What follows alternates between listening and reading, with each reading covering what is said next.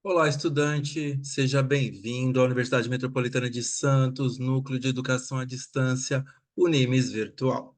Sou o professor Alexandre, estou acompanhando vocês na disciplina Contabilidade Pública ou Contabilidade Aplicada ao Setor Público, também conhecido como CASP. Lembrando que a web aula visa trazer um pouco mais de conhecimento àquele já disponibilizado no ambiente virtual de aprendizagem, o AVA, e também uma oportunidade para que professor e aluno possam se encontrar no mesmo espaço-tempo, ou seja, nesse espaço virtual, neste tempo pré-agendado.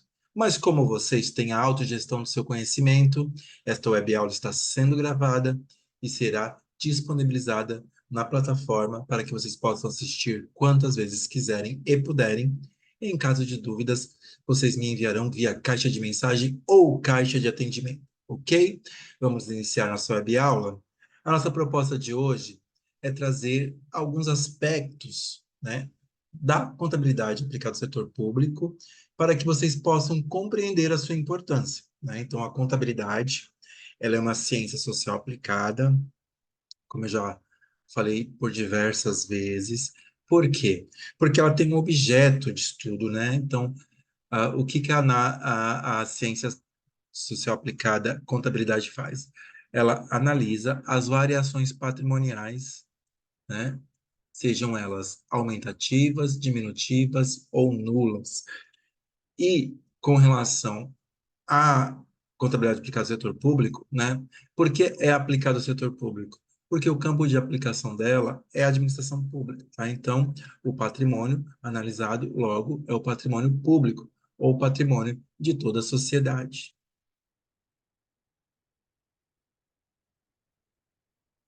Opa. Então, vamos voltar aqui um pouquinho. Quais são os aspectos importantes que nós devemos abordar, né, da contabilidade? O objeto, como eu já disse a vocês, o objeto da contabilidade é o patrimônio de qualquer contabilidade, sendo que o setor público é o campo de aplicação. Os usuários da contabilidade são todos aqueles que têm interesse, né, na informação contábil, né? Sejam eles parte integrante da administração pública, que é o que nós chamamos de usuários internos da contabilidade, sejam eles não parte integrante da administração pública, mas que têm interesse, né, nessa informação, tais como, né, é, as empresas, a indústria, os bancos. Por quê?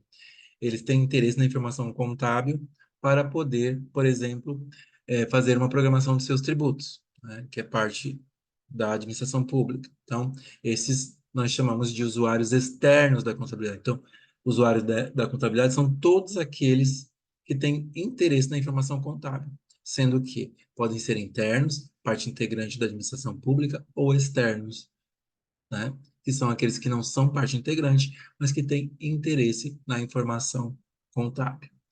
A finalidade da contabilidade é, né, fornecer informações de qualidade, com o objetivo de, né, que as pessoas que fazem a utilização dessas informações, né, possam tomar decisões. Então, finalidade, produzir informações de qualidade com o objetivo de auxiliar na tomada de decisão. Ok? Então, uma complementa a outra.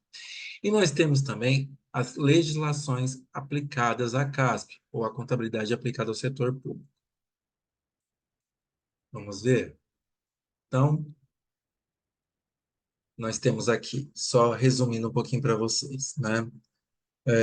O objeto da contabilidade, que é o patrimônio público. Então, toda vez que se falar em objeto da contabilidade, patrimônio, ok? Contabilidade aplicada ao setor público, campo de aplicação, patrimônio público. O Código Civil define o que é patrimônio público, né? Ou bens públicos. São os bens públicos de pessoas jurídicas de direito público, sendo elas União, Estados, Distrito Federal, municípios, autarquias e fundações públicas, de acordo com o Código Civil, né? Artigo 98. Então, já o artigo 99 do Código Civil, ele vai definir, né, quais são os bens públicos. Nós temos aqui os bens públicos de uso comum do povo, que são aqueles de uso indiscriminado, né, e gratuito, rios, mares, estradas, ruas, etc., praças. Os bens de uso especial, que são aqueles bens que são destinados a um serviço público. Então, são edifícios e terrenos destinados a um serviço ou estabelecimento da administração federal, estadual, territorial ou municipal, inclusive de suas autarquias. Então, a sua utilização ela é, né, direcionada, pois eles, né, são destinados a um serviço público. Então, só vai poder adentrar neste local aqueles que forem utilizar do serviço. E por fim, nós temos os bens dominicais ou dominiais, que constituem o patrimônio das pessoas jurídicas de direito público como objeto de direito pessoal ou real de cada uma dessas entidades. Contudo, eles não estão disponíveis, né, à grande sociedade.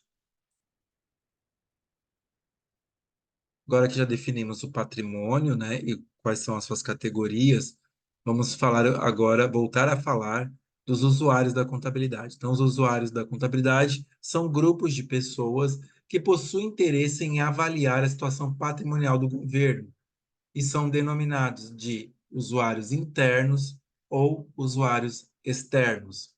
Os usuários internos são aqueles que estão diretamente relacionados à atividade rotineira e utilizam os dados contábeis em suas funções, né, na maioria das vezes. E os usuários externos são aqueles que apenas se interessam pelos dados contábeis sem participar ativamente do processo. Então, quem nós poderemos definir aqui como os usuários internos? Os gestores, os servidores, né?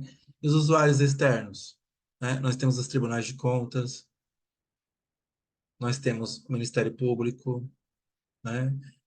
Hoje, na Constituição Federal de 88, tem um capítulo que só trata, né, de controles externos. Tá? Então, é muito interessante que vocês realizem aí uma pesquisa, um aprofundamento nessas questões. Então, a finalidade da informação contábil, né? Essa finalidade é registrar os dados, né? Esses dados registrados são elaborados e divulgados, até mesmo para atender o princípio da publicidade, e se tornam informação contábil, né? Essas informações vão ser destinadas aos usuários da contabilidade, como já acabamos de ver, os usuários internos e os usuários externos. Tá? Então, essas informações são úteis para os controles externos, para o gestor, para a grande sociedade, dentre outras. O objetivo da CASP, né, é fornecer, como eu já disse, informações de grande valia, né, sobre os resultados alcançados e os aspectos de natureza orçamentária, econômica e financeira e física do patrimônio, né, da entidade, do setor público e suas mutações, em apoio ao processo da tomada de decisão. Então, o objetivo da CASP é auxiliar na tomada de decisão. A finalidade, fornecer informações. Objetivo, tomada de decisão. Ok? Então, tenham isso muito bem claro, né, na mente de vocês. Até mesmo porque a contabilidade, ela deixa de ser um instrumento de registro e ela passa a se tornar uma ferramenta de gestão, né? Onde pelas suas informações direcionadas, a gente pode tomar a melhor decisão. Então, a Constituição Federal de 88, ela foi um marco à sua época, porque ela alinhou ali planejamento a orçamento público, e ela dispõe de capítulos específicos, né, para a parte orçamentária ou para a parte da contabilidade pública. Então, a nossa lei maior, ela tem o capítulo 1, que vai falar dos direitos e deveres individuais e coletivos, né? No artigo 5º, nós temos a seção 9ª da fiscalização contábil, financeira e orçamentária, artigo 70 a 75. Então, vai trazer aí os controles externos.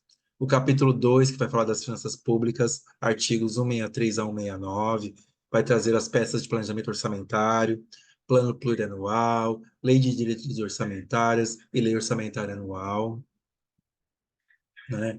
Como eu disse, a Constituição Federal de 88, ela fomentou a modernização orçamentária, reforçando ali a concepção que associa planejamento e orçamento como um elo de um mesmo sistema, ao tornar obrigatória a elaboração de planos plurianuais, abrangendo despesas de capital e demais programas de duração continuada. Então, o plano plurianual é aquela peça macro, né, que ela vai trazer um programa que tem uma duração de 4 anos.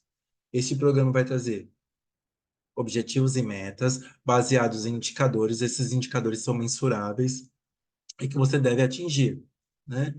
Além das receitas e despesas, né, para a execução desses indicadores, ok? Então, foi muito importante a Constituição nesse sentido, pois trouxe planejamento aliado ao orçamento, pois o orçamento ele era um instrumento de gastos, né? Mas não havia, tradicionalmente, no seu início, muita preocupação em somente manter os gastos mesmo, mas era muito sobre fazer e não sobre como fazer e o que fazer. Entendem? Então, a Lei 4.320 é uma lei também, outra lei muito importante, né, dentro da administração pública, porque ela trata da matéria orçamentária e financeira, né? Então, a Lei 4.320, ela é de 17 de março de 1964. Ela estatui normas gerais de direito financeiro para a elaboração dos controles dos orçamentos e dos balanços da União, dos estados, dos municípios e do Distrito Federal. Então, a Lei 4.320 para a administração pública, ela está como a Lei 6.404/76 está para a Lei das Sociedades, ok? Então, ela vai estatuir aí as normas de direito financeiro.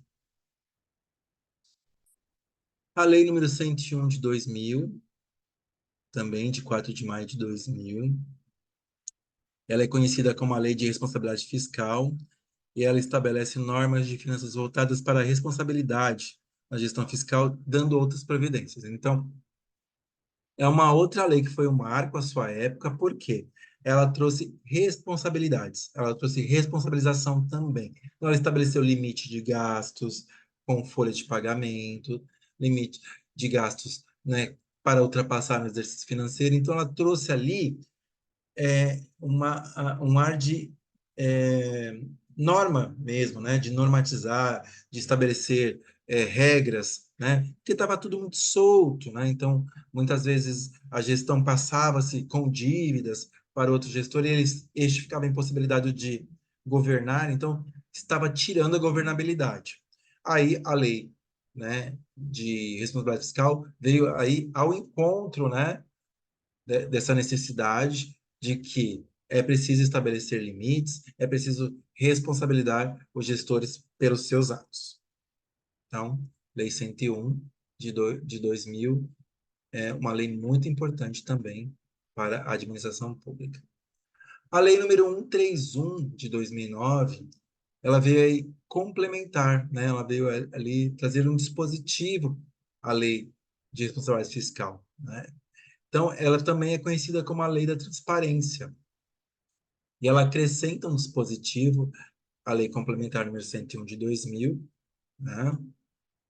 Trazendo aí em tempo real informações pormenorizadas sobre a execução orçamentária e financeira da União, dos estados, do Distrito Federal e dos municípios. Então, ela vai trazer ali as notas de empenho, as notas de liquidação, as notas de pagamento, né, eventuais contratos. Então, ela traz em tempo real informação econômica, tá? Então, vai tratar de receita e despesa da execução orçamentária. Então, é, muitas pessoas pensam que a lei da transparência é para tudo, né? Então, ela tem esse viés, tá? De informação de receita e despesa, ou seja, execução orçamentária e financeira. Tá? Então, a lei número 131, ela diz que todos os sítios, né, os sites governamentais devem disponibilizar um link, né, para acesso em tempo real de todas essas informações, ok? Outra lei também muito importante é a Lei Complementar número 12.527 de 2011, tá? Também conhecida como a LAI, ou Lei de Acesso à Informação.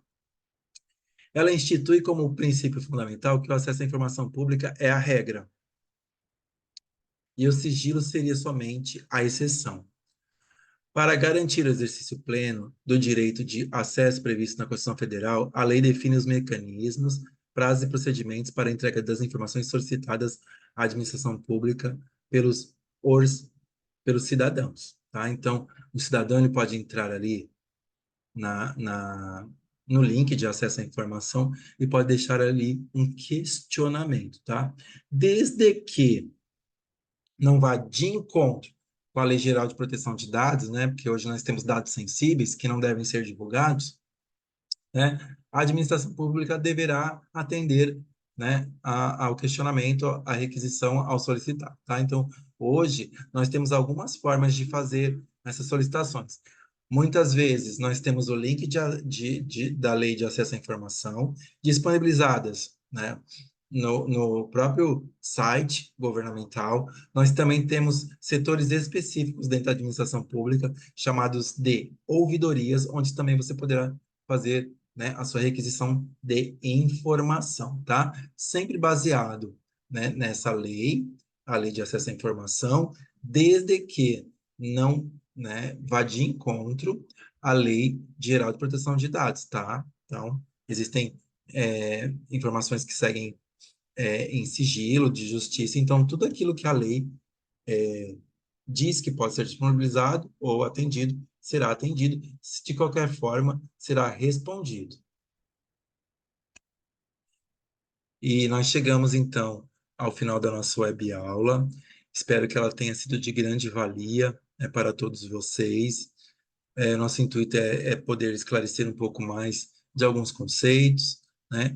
E também poder denotar a importância da contabilidade, né? Seja ela para o setor público, seja ela para a sociedade, né? E, né, dos seus conceitos, né? Como o conceito de objeto, né? O conceito de ciência, né? Então, ela é uma ciência social aplicada, porque ela tem um objeto de estudo. O objeto da contabilidade é, né, o patrimônio, porque ele analisa as variações patrimoniais. A finalidade da contabilidade é fornecer informações, então é você pegar os dados, registrá-los, né, e transformá-los em informação, devidamente divulgados, né, com o objetivo de auxiliar na tomada de decisão, né? Quem são os interessados na informação contábil?